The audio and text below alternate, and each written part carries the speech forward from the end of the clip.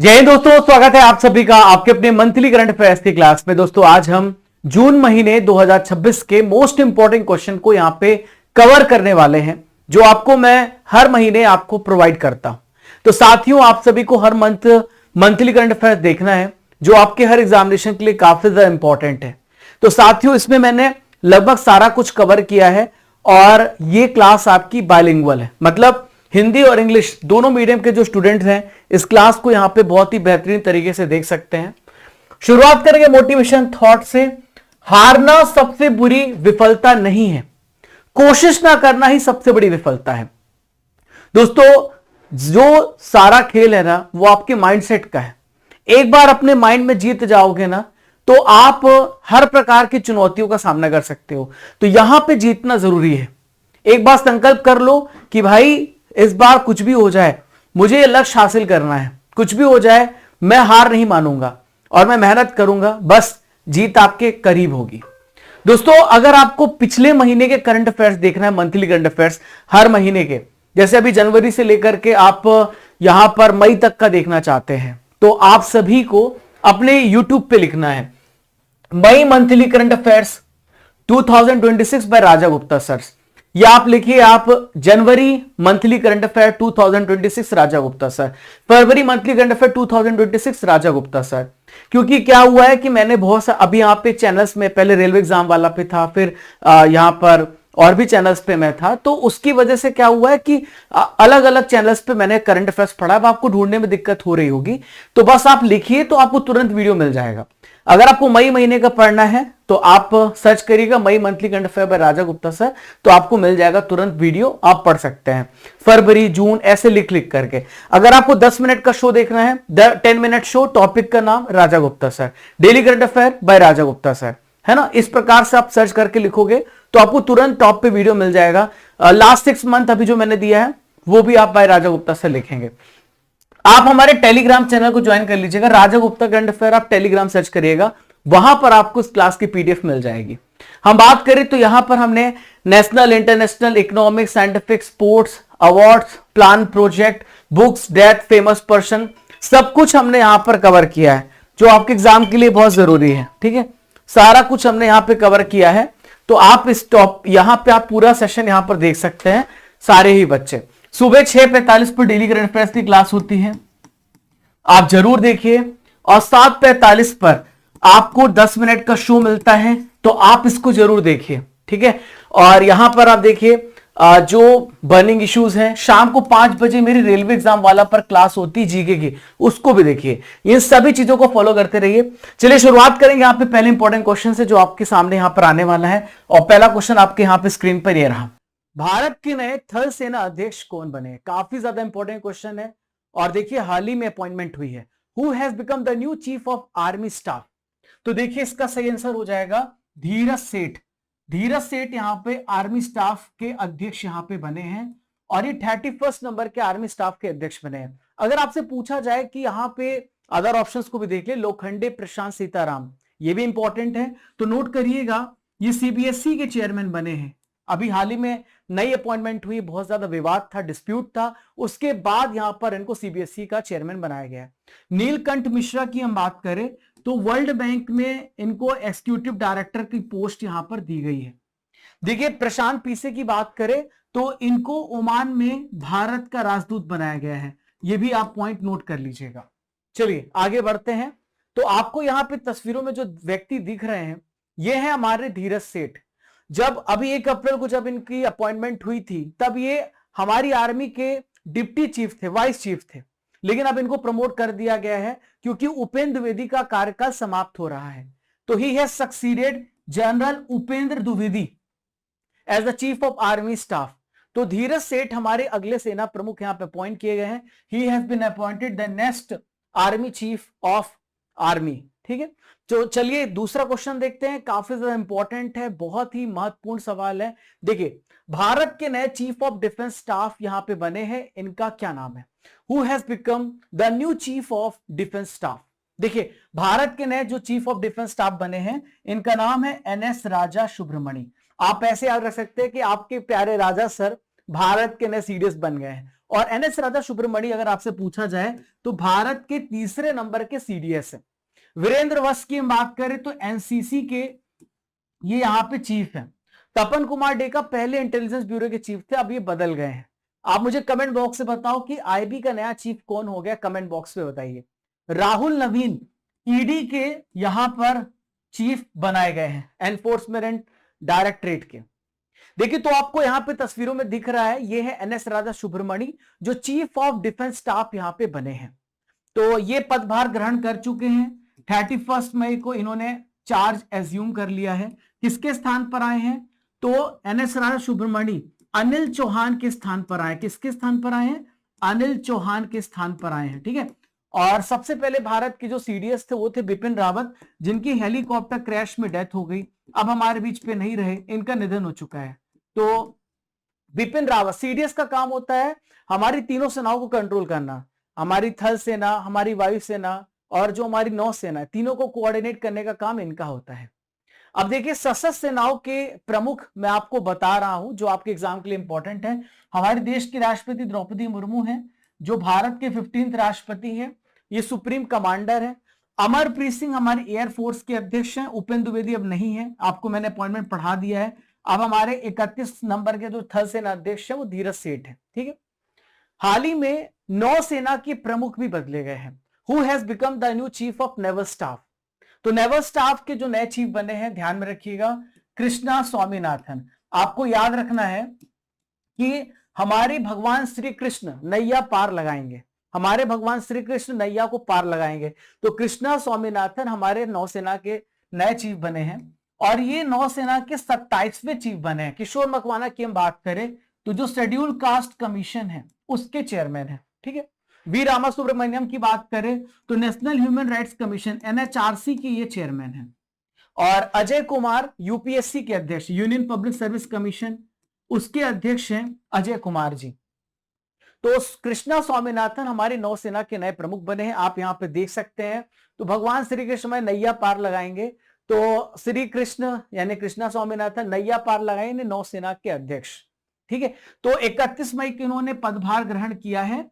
DK Tripathi, Dinesh Kumar Tripathi इनके पहले थे, जो 26 नंबर के जो हमारी नौसेना के अध्यक्ष थे। अब उनके स्थान पर यहां पर कृष्णा स्वामीनाथन आ गए हैं और 31 दिसंबर 2028 तक इनका कार्यकाल रहेगा। हाल ही में बहुत बड़ा भूकंप आया 7.2 7.5 रिएक्टर का। तो ये जो विनाशकारी भूकंप था, ये किस दक्षिण अमेरिकी देश के मुख्य भूमि में अर्थक्वेक देखने को मिला है? तो दोस्तों ये भूकंप था वेनेजुएला में देखने को मिला, जिसने पूरा हिला करके रख दिया। वेनेजुएला इसका सही आंसर हो जाएगा। और अभी तक का 125 साल के इतिहास का अब तक का सबसे बड़ा भूकंप माना जा रहा है। ठीक है। तो आप देखिए जो भूकंप का केंद्र था वेनेजुएला की जो कैपिटल है कराकस, वहां पे भूकंप आया और 1 मिनट में 2 बड़े झटके मिले 24 जून को शाम 6:04 पे। तो भूकंप का जो केंद्र होता है वो कहलाता है फोकस, और जहां से भूकंप हर जगह पहुंचता है उसको एपिसेंटर कहते हैं। तो 24 जून को भूकंप आया है। कहां पर आया है? तो ये कराकस में आया है। कराकस कहां पर है? तो कराकस आप सभी ध्यान में रखिएगा, ये कराकस वेनेजुएला की कैपिटल है। मैग्नीट्यूड रहा है 7.2 7.4 और इसका इंपैक्ट जो था, बहुत सारे लोगों की डेथ हो गई, बहुत सारी प्रॉपर्टी को नुकसान पहुंचा, भूकंप की वजह से तो नुकसान पहुंचता है। तो 126 साल के इतिहास में अब तक का सबसे बड़ा भूकंप देखा गया है। ठीक है। और भूकंप का जो कारण है वो है टेक्टोनिक प्लेट्स। आप यहां पर देखिए टेक्टोनिक प्लेट जब दूर जाती हैं या पास आती हैं तो इनके घर्षण की वजह से भूकंप यहां पर होता है। सिस्मोग्राफ, देखिए जो पैमाना है ना, मापने वाला जो यंत्र है वो यहां पर सिस्मोग्राफ है ना। सिस्मोग्राफ यहां पर मदद से हम यहां पर इसको मेजर करते हैं और जो स्केल होता है वो रिक्टर स्केल होता है, रिक्टर स्केल है जिसकी मदद से आपको यहां पर स्टैटिक जीके भी आपको मिल रहा है। तो रिक्टर स्केल से आप मेजर करते हैं और ये वैल्यू उसकी 10 तक पहुंचती है, बट 7.2 7.4 भी बहुत बड़ा भूकंप होता है। तो इतिहास का वैसे सबसे बड़ा जो भूकंप आया था वो चिली में आया था 9.5 रिएक्टर का, 1960 में आया था। ठीक है। तो ये लोकेशन तो अभी मैंने आपको बता दी, वेनेजुएला है, उधर गुयाना है, इधर ब्राजील, इधर कोलंबिया आपको देखने को मिलेगा। हाल ही में फुटबॉल वर्ल्ड कप के इतिहास का सबसे बड़ा गोल करने वाले ने, सबसे ज्यादा गोल करने का रिकॉर्ड किसके पास है? तो हाईएस्ट गोल हमारे मेसी साहब ने किया है। कहां पे? मेसी साहब ने सबसे ज्यादा गोल करने का रिकॉर्ड बनाया है। क्रिस्टियानो रोनाल्डो की हम बात करें तो ये कहां के प्लेयर हैं? पुर्तगाल के प्लेयर हैं, है ना। 6 बार इन्होंने 6 बार फीफा वर्ल्ड कप खेला है, ये रिकॉर्ड है, फीफा वर्ल्ड कप खेला है। और मिरोस्लाव क्लोज, ये जर्मनी से बिलोंग करते हैं। आपसे पूछा जाए तो आप बताएंगे कि जर्मनी की खिलाड़ी हैं। आपसे पूछा जाए पेले कहां के खिलाड़ी, तो ब्राजील के खिलाड़ी हैं। और इन्होंने 3 बार फीफा वर्ल्ड कप जिताया है, 3 बार। पेले अब नहीं है इस दुनिया में, है ना। तो टोटल जो गोल किया है अब तक 18 गोल किए। अभी और भी मैचेस होने हैं और भी रिकॉर्ड बनता जाएगा, तब मैं और अपडेट आपको देता जाऊंगा। तो जर्मनी के मिरोस्लाव क्लोजा का रिकॉर्ड तोड़ा है, जिनके नाम पे 16 गोल थे, उनका रिकॉर्ड तोड़ दिया है। और सबसे ज्यादा मैच खेलने का भी रिकॉर्ड इनके पास है, 200 मैच इन्होंने अब तक खेले हैं, 200 मैच। और देखिए फीफा वर्ल्ड कप की बात कर लेते हैं, क्योंकि यहां से भी सवाल बनेंगे। तो फीफा वर्ल्ड कप का 23वां संस्करण हो रहा है, जो 11 जून से लेकर 19 जुलाई तक चलेगा। इसमें मेजबान देश जो है कनाडा, अमेरिका, मेक्सिको है। और 2030 में जो मेजबान देश हैं वो यहां पे स्पेन, पुर्तगाल और मोरक्को है ना। तो टोटल यहां पे 48 मैच होने वाले हैं। टोटल यहां पर आपके 104 मैच होने वाले हैं और यहां पे 48 टीमें खेलने वाली हैं, ठीक है। इसका शुभंकर आप यहां पर देख सकते हैं। तो शुभंकर है मैपल, जायू और क्लच, ठीक है। मैपल, जायू और क्लच, ये इसका मस्कट है। देखिए इसका आयोजन किसने किया है? तो फीफा ने किया है। फीफा की स्थापना 1904 में हुई है और गियानी इन्फेंटिनो इसके अध्यक्ष हैं अभी, और ज्यूरिख स्विट्जरलैंड में हेडक्वार्टर है। इसकी थीम सॉन्ग है VR26। इसकी थीम सॉन्ग क्या है? VR26। तो आधिकारिक गीत है दाई दाई, सकीरा और बुर्ना बॉय। अभी यहां पे पहली बार जो देश शामिल हुआ केप वर्डे है, कुराको है, जॉर्डन, उज्बेकिस्तान। तो कुराको की पॉपुलेशन केवल 1.5 लाख है और वो यहां पे शामिल हुआ। भारत क्वालिफाई भी नहीं कर पा रहा है, ठीक है। फीफा वर्ल्ड कप के इतिहास को देखें तो 1930 में फीफा वर्ल्ड कप स्टार्ट हुआ और उरुग्वे में पहला मैच हुआ था और पहला मैच उरुग्वे ने ही जीता। सबसे ज्यादा फीफा वर्ल्ड कप जीतने का रिकॉर्ड ब्राजील के पास है, जिसने 5 बार फीफा वर्ल्ड कप को जीता है, ठीक है। बात समझ में आई आपको? चलिए 52 नंबर की G7 सम्मेलन की बात करेंगे तो 52 नंबर का जो G7 सम्मेलन है 2026, ये कहां पर ऑर्गेनाइज किया जा रहा है? तो देखिए फ्रांस में शहर है एवियान, वहां पे ऑर्गेनाइज किया जा रहा है, हो चुका है। और ये इस बार कौन सा एडिशन हो रहा है G7 समिट का? तो ये भी एग्जाम में क्वेश्चन आ सकता है। तो 52 एडिशन हो रहा है। अगर आपसे पूछा जाए कि 51 नंबर का G7 समिट कहां पर हुआ था, तो ये कहां पर हुआ था? कनाडा में हुआ था लास्ट ईयर, है ना। उसके पहले इटली में हुआ था। तो जगह एवियान है, फ्रांस में वो जगह है, वहां पे ऑर्गेनाइज किया गया 15 से लेकर 17 जून के बीच में। होस्ट यहां पे फ्रांस के जो राष्ट्रपति हैं इमैनुअल मैक्रोन है। कौन है? इमैनुअल मैक्रोन, ये फ्रांस के राष्ट्रपति हैं, है ना। तो ये यहां पे मेजबान है।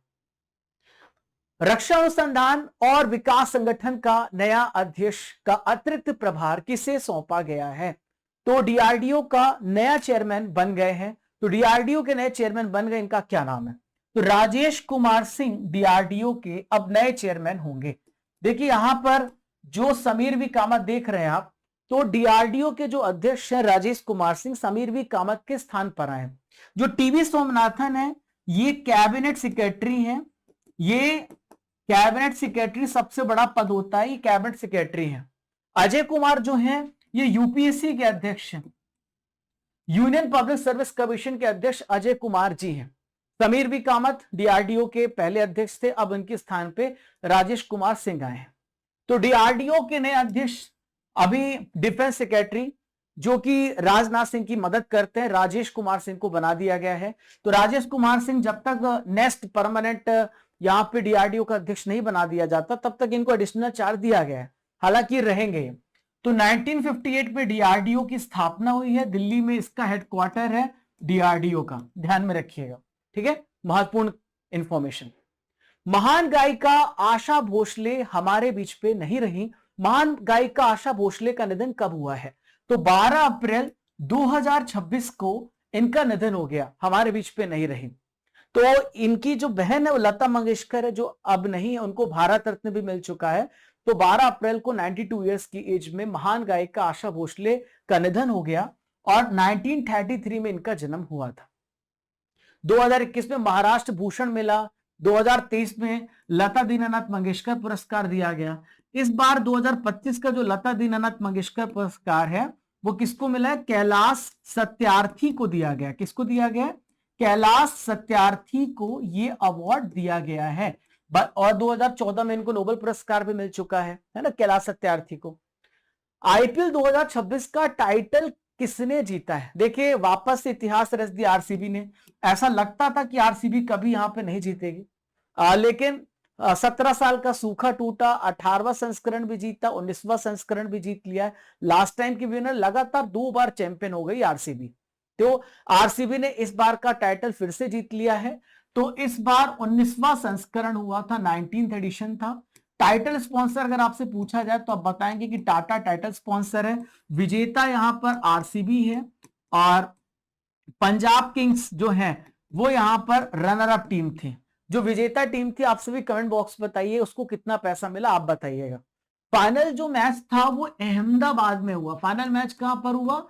अहमदाबाद में फाइनल मैच यहां पर खेला गया। फाइनल का प्लेयर ऑफ द मैच कौन था? तो फाइनल के player of the match Virat Kohli थे, जिन्होंने जुझारू पारी 76 रन बनाए और मैच जिता दिया। ऑरेंज कैप सबसे ज्यादा रन 776 वैभव सूर्यवंशी ने बनाया, बिहार का खिलाड़ी, बिहार के ओलाला, कर दिया कमाला। पर्पल कैप ये जो है किसको मिला है? रोसाडा, ठीक है ना, रस आप जानते होंगे, ठीक है। चलिए, तो ये सारी चीजें आपने यहां पर जानी है ना, आपने यहां पर समझी, ठीक है। नेक्स्ट आइए देखते हैं, कर्नाटका के नए चीफ मिनिस्टर कौन बने हैं? तो कर्नाटक के नए चीफ मिनिस्टर देखिए डीके शिव कुमार हो गए हैं और डीके शिव कुमार सिद्धरमैया के स्थान पर बने हैं। नए chief minister DK Shiv Kumar बने हैं, कर्नाटक के नए चीफ मिनिस्टर। तो आप यहां पे न्यू चीफ मिनिस्टर देख पा रहे हैं, कर्नाटक के शिव कुमार बने, कांग्रेस पार्टी से बिलोंग करते हैं और इन्होंने किसके स्थान पर आए? सिद्धरमैया के स्थान पर डीके शिव कुमार बने हैं। तो अभी रिसेंटली में बहुत सारे राज्यों के सीएम बदले गए हैं, जैसे हिमंत बिश्वा शर्मा अभी वापस से चुनाव हुआ था असम में, तो असम के ये सीएम फिर से बन गए हैं, असम के फिर से सीएम बन गए। जोसेफ विजय तो तमिलनाडु के ये यहां पर सीएम बने। टीवी के यहां पे नई पार्टी बनाई तो पहली बार में ही यहां पर इन्होंने इतिहास रच दिया। शुभेंदु अधिकारी पश्चिम बंगाल के 9वें सीएम बने, बीजेपी से सबसे पहले सीएम है। देखिए फ्रेंड्स, नेक्स्ट इंपॉर्टेंट क्वेश्चन आप सभी के स्क्रीन पर ही रहा। भारत का 100वां रामसर स्थल यहां पे कौन सा बना है? Which became India 100th Ramsar site. तो भारत का 100वां रामसर साइट आपसे पूछा जा रहा है, बहुत ज्यादा इंपॉर्टेंट है। तो ये बना है जयप्रकाश नारायण पक्षी अभ्यारण्य। क्या नाम बना है? जयप्रकाश नारायण पक्षी अभ्यारण्य भारत का 100 नंबर का रामसर साइट बना है। तो आप ऐसे याद रखना कि 100 में रामसर साइट की जय हो, आप ऐसे याद रखोगे तो आपको याद रहेगा। तो भारत का 100 नंबर का जयप्रकाश नारायण पक्षी अभ्यारण्य, जो कि सुरहा ताल, ये कहां पर है? उत्तर प्रदेश में है, यूपी में है। तो ये यहां पर बना है, 100 नंबर का रामसर साइट यहां पे बना है, ध्यान में रखिएगा, बहुत ज्यादा इंपॉर्टेंट है, ठीक है। तो अब बात कर लेते हैं कि और भी इंपॉर्टेंट रामसर साइट बने हैं जो आपके लिए इंपॉर्टेंट है। तो शेखा झील पक्षी अभ्यारण्य भारत का 99 नंबर का रामसर साइट है, ये भी यूपी में है। यूपी में जो एटा जिला है ना, इस ये एटा जिला, वहां पे शेखा झील पक्षी अभ्यारण्य 99 नंबर का। गुजरात का छारी ढांड, तो ये 98 नंबर का रामसर साइट बना है। और भी बहुत सारे रामसर साइट मैं आपको बताता चलूंगा। तो उसके पहले मैं आपको थोड़ा सा एक बात समझा दूं कि रामसर साइट जो है 1971 में ईरान में एक जगह है रामसर, वहां पे कन्वेंशन हुआ था, दुनिया भर के सभी देशों को बुलाया गया और ये बोला गया कि हमें यहां पर दलदली भूमि को बचाना है, जितने भी पूरे दुनिया में दलदली भूमि है उन सबको कंजर्व करना जरूरी है। तो उसके लिए फिर 2 फरवरी को हम यहाँ पे वर्ल्ड वेटलैंड डे मनाते भी हैं। और सबसे पहला जो चिल्का लेक है भारत का, वो रामसर साइट में शामिल हुआ था 1981 में, और भारत ने रामसर में 1982 में साइन किया रामसर कन्वेंशन पर। तो अब टोटल यहाँ पे 100 रामसर साइट हो चुके हैं, ठीक है। वायुसेना के अगले उप प्रमुख यहां पे बने, देखो कितने सारे बदलाव हुए हैं जो आपके एग्जाम के लिए बहुत इंपॉर्टेंट है। Who has been appointed the next vice chief of air staff? तो आशुतोष दीक्षित, आशुतोष दीक्षित यहां पर हमारी एयरफोर्स के वाइस चीफ बने हैं। अब बात कर लेते हैं यहां पे सौरभ विजय की। सौरभ विजय यूआईडीआई के सीईओ हैं, यूआईडीआई के। और राघव चड्ढा राज्यसभा में जो पिटीशन याचिका कमेटी होती है उसके अध्यक्ष बने हैं। प्रशांत पी से ओमान में राजदूत हैं। तो वायुसेना के जो अगले यहां पे उप प्रमुख हैं वो हैं आशुतोष दीक्षित, और वायुसेना के जो चीफ है वो अमरप्रीत सिंह है। ठीक है, तो आशुतोष दीक्षित जो है वायुसेना के अगले प्रमुख यहां पे अपॉइंट किए गए हैं। और ये यहां पर ध्यान में रखिएगा, ये नागेश कपूर के स्थान पे, नागेश कपूर थे इनके पहले, अब नागेश कपूर की जगह आशुतोष दीक्षित आ गए हैं। ठीक है, क्लियर है, आगे बढ़े।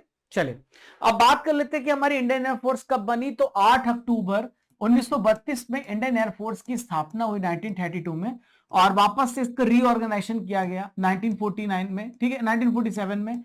और चीफ ऑफ एयर स्टाफ अगर आपसे पूछा जाए तो अमरप्रीत सिंह, अमरप्रीत सिंह वर्तमान में chief of air staff, Amarpreet Singh. ठीक है, ये चीफ ऑफ एयर स्टाफ है, ये भी पूछा जा सकता है। मेरे प्यारे दोस्तों, आप सभी 10 मिनट के शो जरूर देखते रहना, जो रोज सुबह 7:45 पर होता है। किस टॉपिक पे 10 मिनट का शो चाहते हैं वो भी बताइएगा।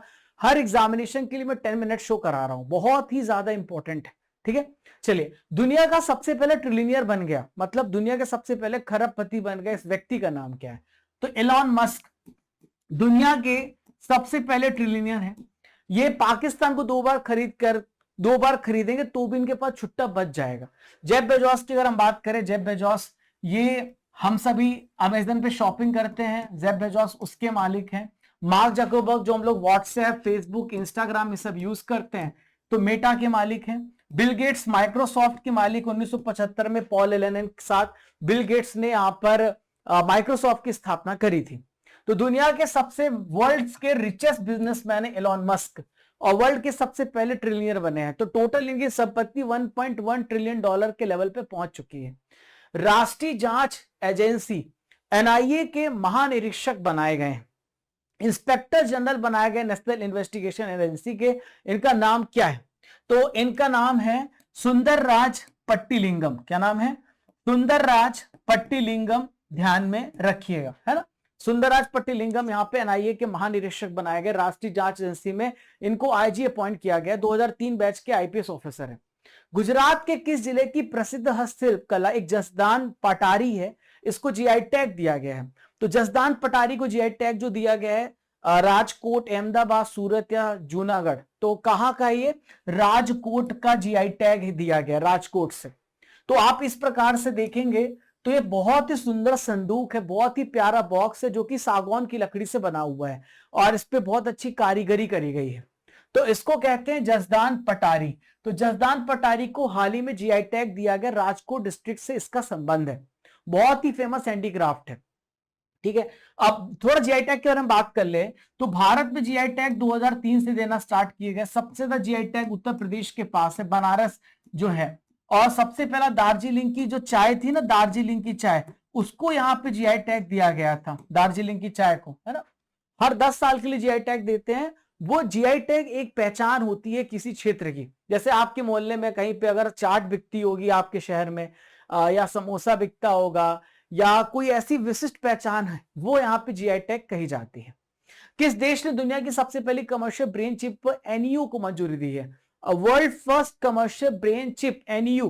तो यहां पे जो एलॉन मस्क की कंपनी है वो पीछे हो गई है, और जो चाइना की कंपनी है उसने ब्रेन चिप बनाया एनयू। तो ये ब्रेन चिप आपके यहाँ पे मस्तिष्क में लगाएंगे, और पूरे सिग्नल जो आपके ब्रेन से आ रहे हैं उसको कैप्चर करेंगे, और सिग्नल भेज भी सकते हैं। बहुत सारी जो बीमारी, जैसे लकवा हो गया या न्यूरोलॉजी से रिलेटेड जो भी बीमारी, उसको ठीक करने के लिए काम किया जाएगा। तो ये पहली ऐसी चिप है जो कमर्शियल यूज के लिए इस्तेमाल करी जा सकती है, इसको अप्रूवल मिल चुका है। हाल ही में यूनिकॉर्न का दर्जा प्राप्त करने वाला पहला भारतीय स्टार्टअप बन गया, इसका नाम क्या है? तो पहला स्टार्टअप जिसको यूनिकॉर्न बनाया गया है, इसका नाम है सर्वम एआई। देखो, यूनिकॉर्न स्टार्टअप उसको कहते हैं जिसकी वैल्यूएशन 8200 करोड़ रुपए से अगर ज्यादा हो जाए तो उसको यूनिकॉर्न कहा जाता है। तो भारतीय स्टार्टअप है सर्वम एआई, ये आप मेरे पीछे देख सकते हैं। तो अभी इसको फंडिंग मिली है $234 मिलियन की। अब इसकी वैल्यूएशन $1.5 बिलियन हो गई है। तो ये यहां पर उस लिस्ट में शामिल हो गई है यूनिकॉर्न में। Russian grand sand master cup 2026 को जीतने वाला पहला भारतीय कौन है? तो सबसे पहले भारतीय सुदर्शन पटनायक साहब हैं, आप सभी ध्यान में रखिएगा। सुदर्शन पटनायक साहब यहाँ पे पहले भारतीय हैं जो कि रशियन ग्रैंड मास्टर यहाँ पर जीते हैं। ठीक है, आप बात कर ले यहाँ पे अभिलाषा बाराक की, तो इनको यूनाइटेड नेशन के द्वारा जेंडर न्यूट्रलाइजेशन अवार्ड दिया गया है। सौम्या स्वामीनाथन की बात करें तो ये उनकी बेटी है MS स्वामीनाथन की, तो फेलोशिप अवार्ड दिया गया है। सोमा मंडल को टीचर अवार्ड दिया गया, दिल्ली से बिलोंग करती हैं, Cambridge dedicated teacher award. Sudarshan Patnaik जो है ये सबसे पहले रेत कलाकार भारत से हैं, आप देख सकते हैं, जो इन्होंने यहां पे रेत में कलाकारी करी है। वो क्लाइमेट के बारे में बताया, वो जलवायु के बारे में बताया कि मतलब क्लाइमेट की तरफ मैसेज दिया है। तो द्वितीय अंतरराष्ट्रीय ग्रैंड स्कल्पचर महोत्सव में इन्होंने रशिया के द्वारा जीता है। और मैं आपको बता दूं कि ये ब्रांड एम्बेसडर भी है, ये ब्रांड एम्बेसडर है हमारी जो हमारी इलेक्शन कमीशन जो सेंसस करा रही 2027 में जनगणना करा रही है, तो उसके ये ब्रांड एम्बेसडर भी है। खान क्वेस्ट अभ्यास 2026 का आयोजन कहां पर किया गया? तो खान क्वेस्ट अभ्यास उलान बटोर मंगोलिया में किया गया। उलान बटोर मंगोलिया में यह अभ्यास किया गया, खान क्वेस्ट अभ्यास। सुप्रीम कोर्ट ने सुरक्षित फुटपाथ पर चलने के लिए किस प्रकार का अधिकार घोषित किया कि अगर आप जो फुटपाथ पर चलते हैं कैसा अधिकार है आपका? तो फ्रेंड्स ये आपका फंडामेंटल राइट्स है। और ये कवर कहां पर होता है? Article number 21 right to life में, और आर्टिकल नंबर 19 जो है D 19D है ना, 19D में कवर होता है कि आपको चलने का अधिकार है। और सरकार की जिम्मेदारी है कि अगर वो रोड बनाते तो किनारे एक फुटपाथ भी बनाए ताकि आप आसानी से चल सके। नेक्स्ट आइए देखते हैं, अगला सवाल जो है आप सभी के स्क्रीन पर है, विश्व सिकल सेल दिवस कब मनाया जाता है? When is world sickle cell day is observe? तो फ्रेंड्स ये सिकल सेल 19 जून को मनाया जाता है। 14 जून को वर्ल्ड ब्लड डोनर डे मनाते हैं, विश्व रक्तदाता दिवस।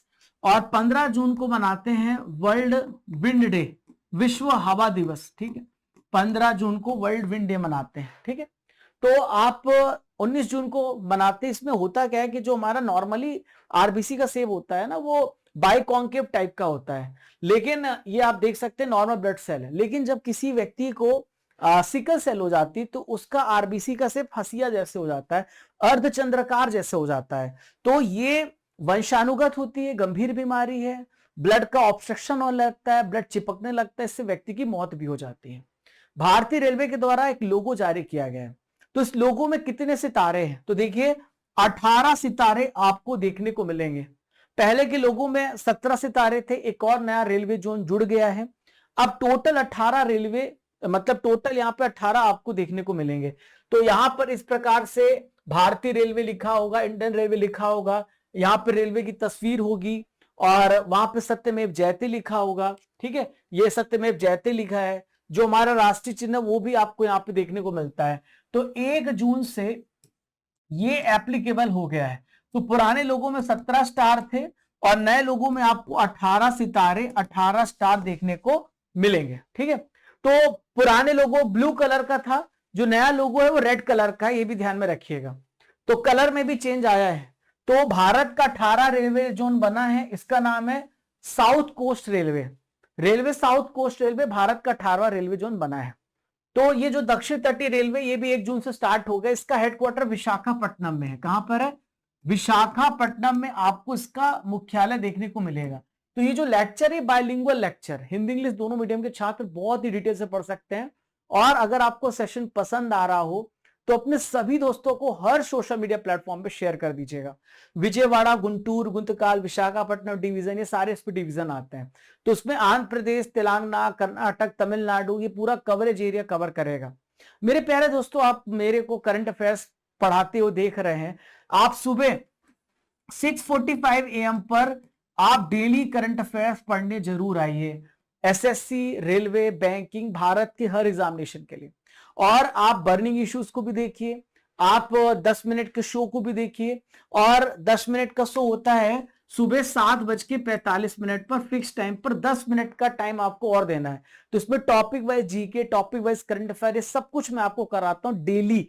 तो आप इसको देखिए, आपका 90% आपका जीके करंट अफेयर कवर हो जाएगा, ये मेरी गारंटी है। ठीक है, चलिए अगला है, हाल ही में भारतीय नौसेना के 48 नंबर के वाइस चीफ बने हैं, इनका क्या नाम है?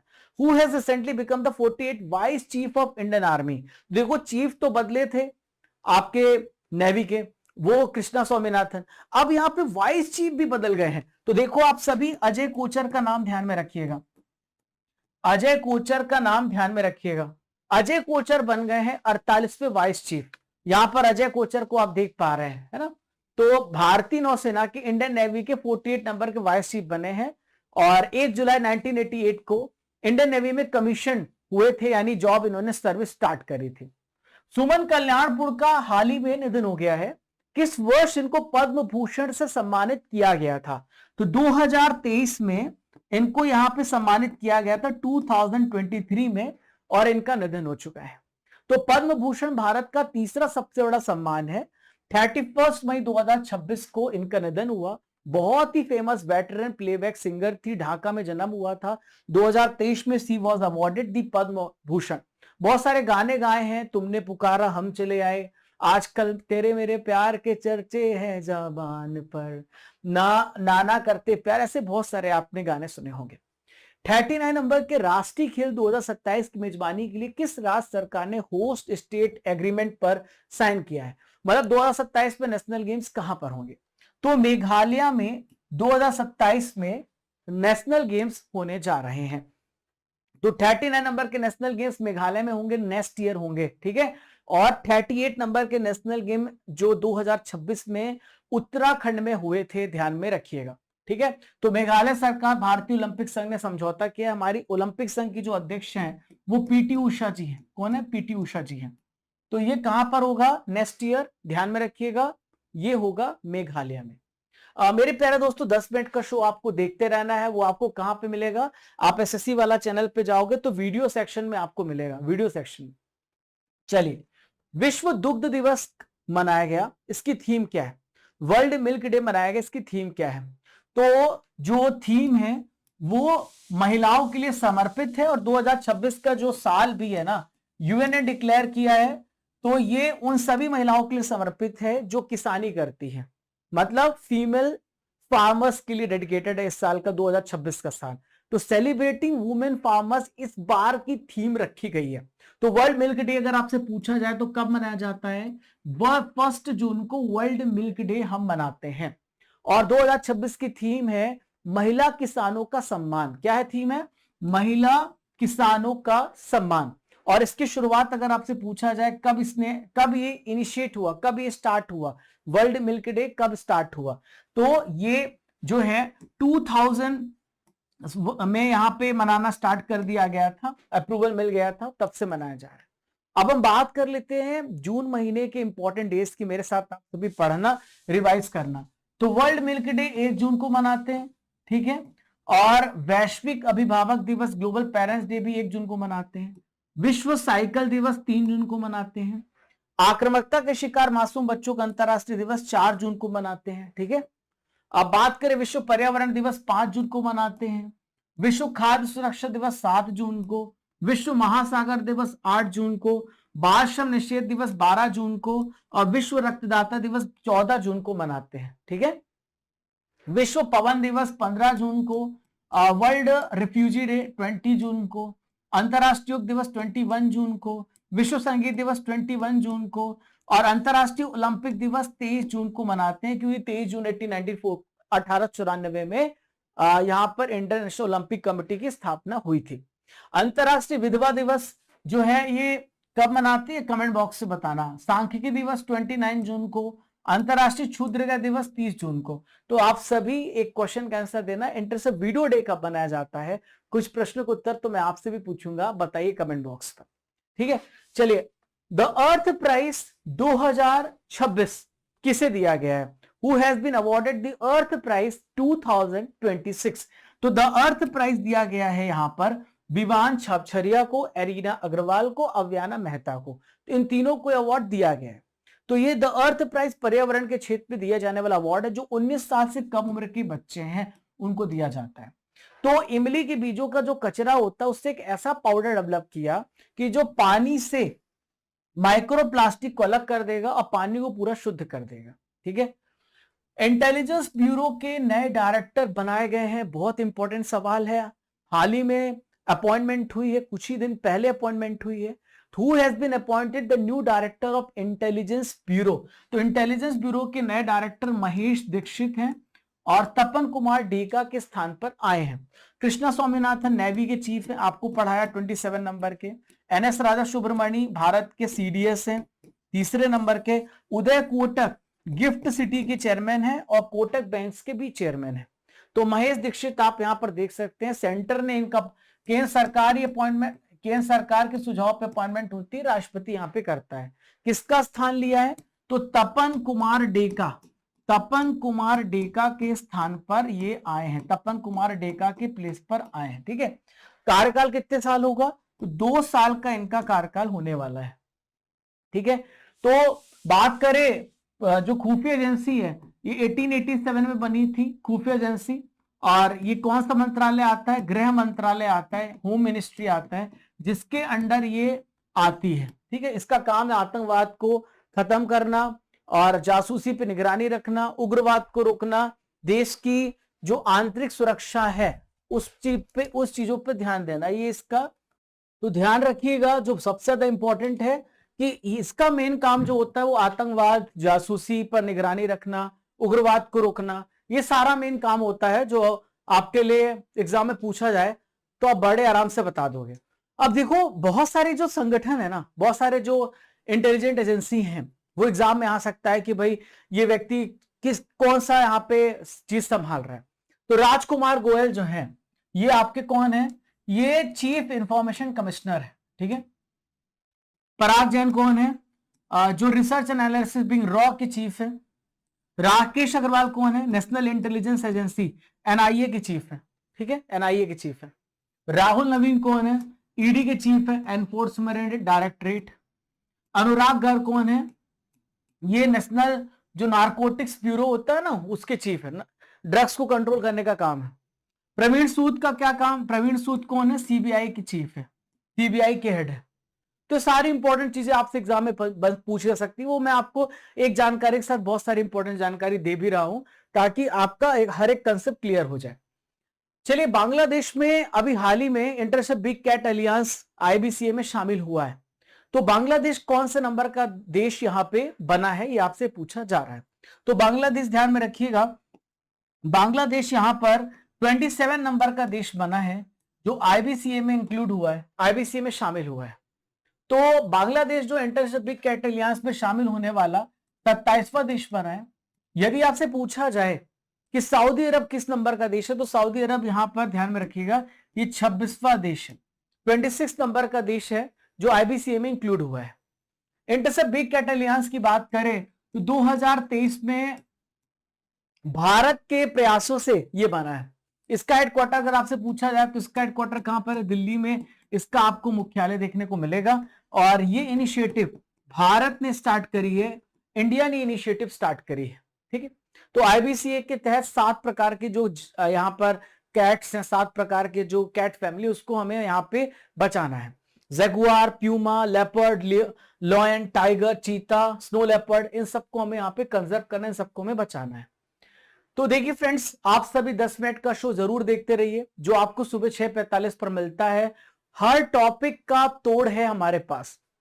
आप 7:45 पर जैसे ही डेली करंट अफेयर्स की क्लास खत्म होती है, तो आप सभी 7:45 पर जरूर करंट अफेयर्स की क्लास के बाद 10 मिनट का शो देखिए, जो आपके करंट अफेयर और जीके सबके लिए है। दुनिया का सबसे शक्तिशाली मोस्ट पावरफुल कंप्यूटर यहां पे बना है। तो मोस्ट पावरफुल कंप्यूटर कौन सा है? तो मोस्ट पावरफुल कंप्यूटर है लिनशाइन। ठीक है, ये जो लिनशाइन कंप्यूटर है, जो सबसे शक्तिशाली कंप्यूटर है, ये चाइना ने बनाया है। किसने बनाया है? चाइना ने बनाया है सबसे मोस्ट पावरफुल सुपर कंप्यूटर। तो दुनिया में विश्व की सबसे शक्तिशाली वर्ड्स की 67 नंबर की एडिशन आया, जिसमें टॉप 500 सुपर कंप्यूटर को शामिल किया गया है। तो चाइना के जो लिनशाइन है, दुनिया की मोस्ट पावरफुल कंप्यूटर है, और इसकी जो स्पीड है वो है 2.198 एक्साफ्लॉक्स की गति से काम करता है। और टॉप 500 जो लिस्ट है 2 बार पब्लिश होती है। जो एक्साफ्लॉक्स आप सुनते हैं सुपर कंप्यूटिंग की गति को मापने के लिए इसमें इस्तेमाल किया जाता है। भारत का सबसे तेज सुपर कंप्यूटर एरावत है, पीएसएआई है। भारत का सबसे पहला सुपर स्वदेशी कंप्यूटर इसका नाम है परम 8000। क्या नाम है? परम 8000। और 1991 में इसको डेवलप किया गया था सीडेक के द्वारा। सीडेक कहां पर है? पुणे में एक संस्था है जिसने यहां पे डेवलप किया था। वैसे दुनिया के जो टॉप 5 सुपर कंप्यूटर है उसमें लिनशाइन है, जो कि लिनशाइन जो है ये चाइना का है, चाइना से है। और EI कैप्टन फ्रंटियर और अरूरा, ये दोनों अगर हम बात करें तो ये अमेरिका से हैं। और जुपिटर बूस्टर की हम बात करें तो यूरोपियन यूनियन, यूरोपियन कमीशन में है। ठीक है, नेक्स्ट क्वेश्चन देखते, काफी इंपॉर्टेंट है। हेमिस उत्सव के संबंध में कौन सा कथन सत्य है? इसका आयोजन लद्दाख के हेमिस मठ जून महीने में होता है। गुरु पद्मसंभव को तिब्बती बौद्ध धर्म का संस्थापक माना जाता है। तो कौन सा स्टेटमेंट सही है? तो दोनों स्टेटमेंट यहां पे सही है, बोथ स्टेटमेंट आर ट्रू। ठीक है, आइए जानते हैं इसके बारे में, कंप्लीट डिटेल समझते हैं। तो देखिए, लद्दाख में हुआ 24 से लेके 25 जून के बीच में। जो जगह है वो लद्दाख है, जो जगह है वो क्या है? लद्दाख में ये होता है। तो तिब्बत बौद्ध धर्म के जो संस्थापक गुरु हैं इनका नाम है पद्मसंभव, इनका नाम है गुरु रिनपोचे। इनकी जयंती पर मनाया जाता है। ठीक है, ध्यान में रखिएगा। तो ध्यान में रखिएगा आप सभी, गुरु रिनपोचे जो हैं उनकी यहां पर जयंती पे मनाया जाता है, जो बहुत ज्यादा इंपॉर्टेंट है आपके एग्जाम के लिए। ध्यान में रखिएगा। क्लियर है? समझ गए आप? ओके, चलिए। तो ये इसके संस्थापक हैं। अगर आप यहाँ पे मेन आकर्षण देखोगे ना, तो जो भिक्षु होते हैं ना, मॉन्क्स होते हैं, वो यहाँ पे एक फेमस डांस करते हैं, इसका चम नृत्य करते हैं, चम डांस करते हैं। और यहाँ पे स्पेशल रिचुअल्स भी होता है। गुरु पद्मसंभव की एक विशाल और पवित्र पेंटिंग जो है वो आपको ध्यान में रखना है। ये पेंटिंग भी यहां पर दर्शाई जाती, पेंटिंग को भी दिखाया जाता है, इसको भी थंगका बोलते, इसको दिखाया जाता है। अब देखिए, आपको मैं करंट अफेयर्स के साथ पढ़ा रहा हूं स्टैटिक जीके, तो बहुत सारे आपसे स्टैटिक जीके के प्रश्न भी पूछ जा सकते हैं। पंजत नाग महोत्सव तो कहां पर है? लगता है ये जम्मू कश्मीर में पंजत नाग महोत्सव। एतौर गिरी उत्सव ये कहां पे लगता है? अरुणाचल प्रदेश में लगता है। गंगमा जतारा महोत्सव ये कहां पे होता है? तेलंगाना में होता है। कहां पर होता है? तेलंगाना में। नीमा पारा पाठा उत्सव तो ये कहां पे लगता है? उड़ीसा में लगता है। कहां पे लगता है? उड़ीसा में। ठीक है, चलिए बात करें सुवारी उत्सव बुहोग बिहू, ये कहां पे लगता है? असम में लगता है, असम में लगता है। फिर आओलियांग मोन्यू उत्सव ये कहां पे होता है? नागालैंड पे होता है। नागालैंड पर इसको ऑर्गेनाइज किया जाता है। माधवपुर मेला कहां पे लगता है? तो गुजरात में माधवपुर मेला होता है। सरहुल महोत्सव, इटखोरी महोत्सव, ये दोनों जो हैं ये झारखंड में होते हैं, सरहुल महोत्सव। और चापचर कूट जो होता है ये कहां पर होता है? मिजोरम में चापचर कूट फेस्टिवल यहां पे ऑर्गेनाइज किया जाता है। बात करें मथुआ धर्म मेला कहां पे लगता है? तो वेस्ट बंगाल में लगता है। डोल जात्रा उत्सव, हट्टी रिसाला महोत्सव, ये कहां पर लगता है? महाराष्ट्र में लगता है। कहां पे लगता है? महाराष्ट्र में ये ऑर्गेनाइज किया जाता है। ठीक है, चलिए। भारत का पहला निजी सोने की खदान कहां पर स्थापित करी गई? इंडिया की सबसे first private gold mine establish करी गई है, तो ये है स्वर्णगिरी, आंध्र प्रदेश। इसका राइट आंसर क्या हो जाएगा? स्वर्णगिरी, आंध्र प्रदेश में ये और जो है सोने की खदान बनी है, प्राइवेट है ये। ठीक है, तो बात करें जुनानगिरी, स्वर्णगिरी, तुगली मंडल, कुरनूल जिला है आंध्र प्रदेश में, जहां पे एन चंद्रबाबू नायडू ने 24 जून को इसका उद्घाटन किया है।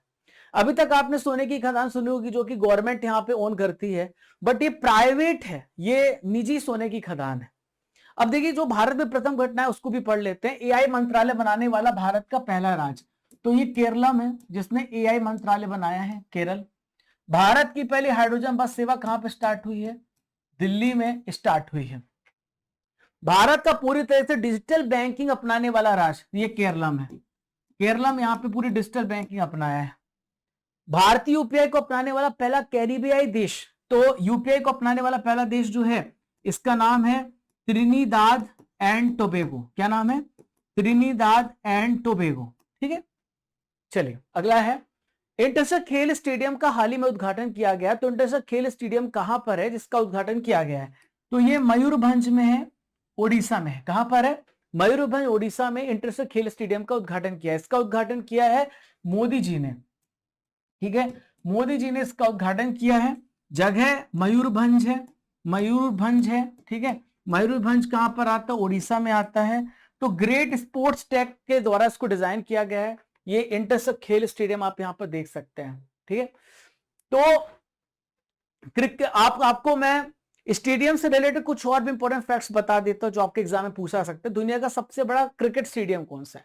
तो दुनिया का सबसे बड़ा क्रिकेट स्टेडियम अहमदाबाद में है, नरेंद्र मोदी स्टेडियम। क्या नाम है? नरेंद्र मोदी स्टेडियम, है ना। 1.25 लाख दर्शक इस पे बैठ सकते हैं। भारत का सबसे पुराना क्रिकेट स्टेडियम कोलकाता में है और इसका नाम है ईडन गार्डन। क्या नाम है? ईडन गार्डन नाम है, ठीक है, ईडन गार्डन नाम है, ठीक है। सबसे बड़ा फुटबॉल स्टेडियम, तो सबसे बड़ा football stadium salt lake stadium है। ये भी कोलकाता में है, सॉल्ट लेक स्टेडियम, ठीक है, कोलकाता में है। सोलर एनर्जी चलने वाला पहला जो है चिन्ना स्वामी। तो चिन्ना स्वामी कहां पर है? आपका बेंगलुरु में है।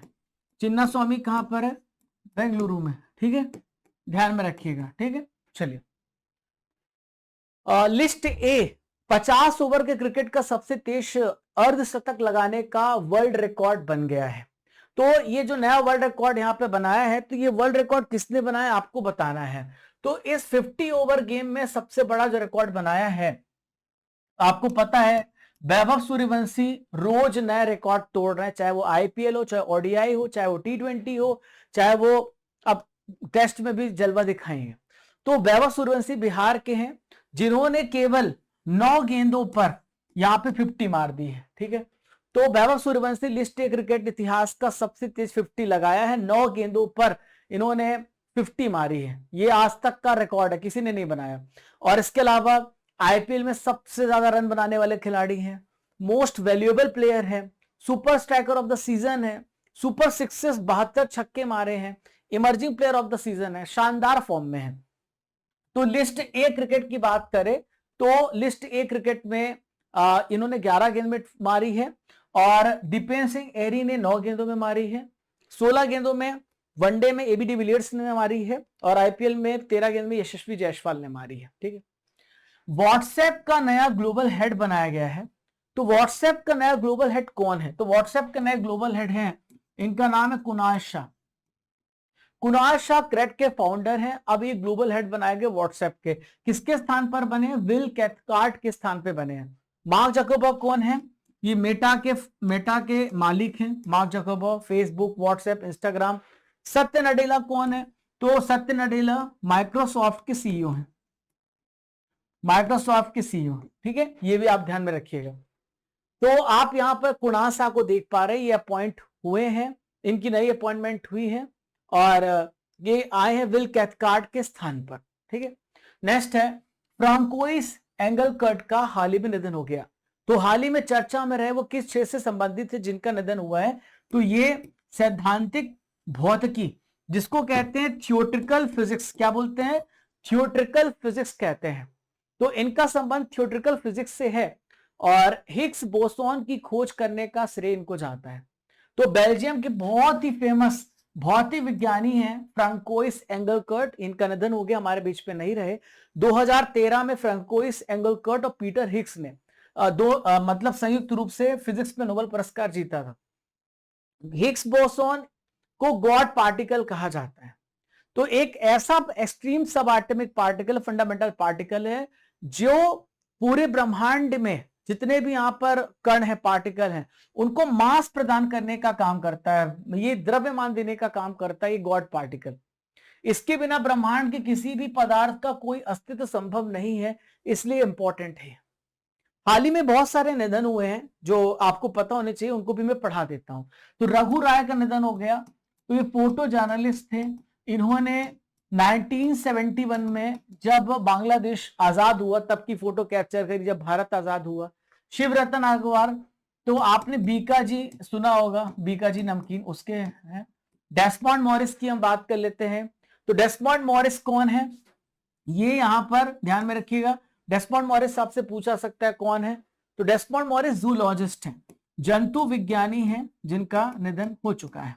अगर बात करें ऑस्कर स्मिथ की, ऑस्कर स्मिथ का भी निधन हो चुका है। बास्केटबॉल खिलाड़ी है, कहां खिलाड़ी है? बास्केटबॉल प्लेयर है, तो ये ध्यान में रखिएगा, ठीक है। अंतरराष्ट्रीय योग दिवस मनाया गया 2026, इसकी थीम क्या है ये पूछा जा सकता है। तो इसका थीम है yoga for healthy ageing, B इसका राइट आंसर होगा, योगा फॉर हेल्दी एजिंग। तो ये आप यहां पर देख पा रहे हैं, तो इसका आयोजन किया गया, 12वां संस्करण इस बार हुआ है। और कहां पर हुआ है इसका आयोजन? अहमदाबाद में हुआ। कहां पर हुआ है? माफ कीजिए, कलकत्ता में हुआ। कोलकाता में इसका आयोजन किया गया है। इसकी थीम क्या है? Yoga for healthy ageing, yoga for healthy ageing, है ना, ठीक है।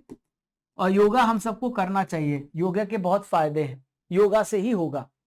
तो गोवा का जो मतलब योगा का जो प्रपोजल है 2014 में रखा गया था, 2015 से इसको पहला योग दिवस 2015 से मनाना स्टार्ट किया, और ये प्रपोजल भारत ने रखा था, यूनाइटेड नेशन ने इसको अप्रूव कर दिया, यूएन ने अप्रूव कर दिया।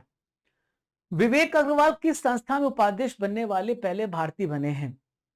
विवेक Agarwal became the first Indian to be appointed the vice president of which one of the following organization? तो इसका सही आंसर हो जाएगा FATF। तो फाइनेंशियल एसेट टास्क फोर्स के वाइस प्रेसिडेंट बने हैं, ठीक है। तो आप यहां पर देख सकते हैं FATF में इनकी अपॉइंटमेंट हुई है ब्रिटेन के गाइस थॉमसन के स्थान पर। और ये अचीवमेंट ऐसा है कि फर्स्ट इंडियन है, ये पहले भारतीय हैं जिनको इतना बड़ा पद यहां पर अभी मिला है, ठीक है। तो इनका मेन काम क्या होगा? टेररिज्म को रोकना, जो आतंकवाद है उसको रोकना, टेररिज्म को रोकना, जो टेररिज्म की फंडिंग होती है, जो यहां पर ब्लैक मनी आता है उसको रोकना, है ना, काला धन जो आता है, ये सब पे काम करती है। ग्रे लिस्ट, ब्लैक लिस्ट यहाँ पे बनाती है। ब्लैक लिस्ट में उन कंट्रीज को शामिल किया जाता है जो FATF से बिल्कुल सहयोग नहीं करते। ग्रे लिस्ट में वो है जो आपने यहाँ पर आतंकवाद को खत्म करने का प्रयास कर रहे हैं, जो फंडिंग जो होती है उसको खत्म करने का प्रयास कर रहे हैं। ये कब बना है? तो 1988 में ये बना है। और इसका हेडक्वार्टर कहां पर है? तो फ्रांस जो है, फ्रांस, उसकी जो फ्रांस में पेरिस है, वहां पर आपको इसका हेडक्वार्टर देखने को मिलेगा, फ्रांस में, पेरिस में। अभी प्रेजेंट में अगर आप इसके प्रेसिडेंट देखें तो एलिसा डी एंडा मद्राजो है, मैक्सिको से, ध्यान में रखिएगा। ब्रिटेन के प्रधानमंत्री पद से हाल ही में किसने इस्तीफा दे दिया? ब्रिटेन के प्राइम मिनिस्टर अब नहीं है, इन्होंने रिजाइन कर दिया है। तो देखिए कीर स्टारमर, इसके पहले ऋषि सुनक यहाँ पे प्राइम मिनिस्टर थे और उसके स्थान पर कीर स्टारमर आए थे। अब कीर स्टारमर ने भी रिजाइन कर दिया है। तो इनकी पार्टी का नाम है लेबर पार्टी। क्या नाम है इनकी पार्टी का? नाम लेबर पार्टी इनकी पार्टी का नाम है। इन्होंने अभी हाल ही में रिजाइन किया है। साल 2024 में ब्रिटेन के प्राइम मिनिस्टर बने थे और अब यहां पर रिजाइन कर चुके हैं। तो पद छोड़ने का जो मेन कारण है वो है महंगाई को कंट्रोल नहीं कर पाए, इन्फ्लेशन को कंट्रोल नहीं कर पाए। अभी लोकल इलेक्शन हुआ था तो 1000 सीट उसमें हार गए, 1000 सीट हार गए, और वहां के 100 सांसदों ने कहा था कि आप जो है रिजाइन कर दीजिए, आप लायक नहीं है, और इनका नाम आया था एप्स्टीन फाइल्स में। ये सारे कुछ कारण जिसकी वजह से उन्होंने रिजाइन किया है। तो पिछले 10 सालों में हम बात करें, 10 सालों में ऐसे 6 प्रधानमंत्री रहे हैं जिन्होंने रिजाइन किया, 6 प्राइम मिनिस्टर ने रिजाइन कर दिया। ऐसे यहाँ पे 10 साल में 6 प्राइम मिनिस्टर रिजाइन कर चुके हैं। तो ब्रिटेन की थोड़ी संरचना की बात कर लेते हैं कि यूके का जो पार्लियामेंट है कैसे काम करता है, क्या क्या होता है। तो यहाँ पर संसद का जो प्रकार है वो बाई कैमरल है ना, बाई कैमरलिज्म है ना। इसमें 2 सदन होते हैं, लोअर हाउस और एक अपर हाउस, जैसे हमारे भारत में है लोकसभा और राज्यसभा। तो हाउस ऑफ कॉमन्स जिसको हम कहते हैं निचला सदन, है ना, हाउस ऑफ कॉमन्स कहते हैं निचला सदन, और हाउस ऑफ लॉर्ड्स ये ऊपरी सदन है। वर्तमान राजा जो है चार्ल्स तृतीय है, चार्ल्स तृतीय यहाँ के वर्तमान राजा है। आशा करता हूं कि आपको आज का मंथली करंट अफेयर बहुत अच्छे से समझ में आया होगा। अब मैं आपसे एक क्वेश्चन कर रहा हूं जिसका आंसर आप सभी को कमेंट बॉक्स पे देना है। आपके लिए क्वेश्चन है, सनाए तकाईची किस देश की प्रधानमंत्री हैं जो 1 से लेकर 3 जुलाई तक भारत की यात्रा पर रहेंगी? तो आप सभी इस प्रश्न का उत्तर कमेंट बॉक्स पे दीजिएगा। आपके लिए क्वेश्चन ऑफ द डे है। इसके अलावा आपको यहां पे एक तस्वीर दिख रही है, आपको पहचान करना है ये तस्वीर किस पर्सनालिटी की है। और किस लिए जानी जाती हैं, आप सभी कमेंट बॉक्स से बताइएगा। साथियों, पीडब्ल्यू एसएससी वाला पर मोस्ट पॉपुलर बैचेस है, एसएससी रेलवे हर एग्जामिनेशन के लिए है। तो आप यहां पर अगर आप एसएससी के किसी भी एग्जामिनेशन को क्रैक करना चाहते हैं तो एप्लीकेशन को डाउनलोड करिए, और डाउनलोड करने के बाद आप यहां पे एनरोल होइए। आपको यहां पे महापैक भी मिलेगा भारत के हर एग्जामिनेशन के लिए, जहां पर आपको सारे बैचेस मिलेंगे। तो आप एप्लीकेशन डाउनलोड करिए, ऑल गवर्नमेंट जॉब्स में जाइए, एसएससी में जाइए, और वहां पे सिलेक्ट करके आप पीडीएफ को डाउनलोड कर सकते हैं। हम बात करें यहां पर तो आपको फ्री जो क्लास का टाइम टेबल है, current affair, English, reasoning, GK, GS, math, science, ये सब कुछ आपको मिलता है। तो आप देखते रहिए और प्रैक्टिस करते रहिए। आशा करता हूं कि आज का सेशन आपको पसंद आया होगा। अपने सभी दोस्तों को शेयर करिएगा और उन्हें बताइएगा इस सेशन के बारे में। तो मिलते हैं फ्रेंड्स, तब तक के लिए आप सभी को जय हिंद, जय भारत। जब तक तोड़ेंगे नहीं तब तक छोड़ेंगे नहीं। खुश रहिए, अपना ध्यान रखिए।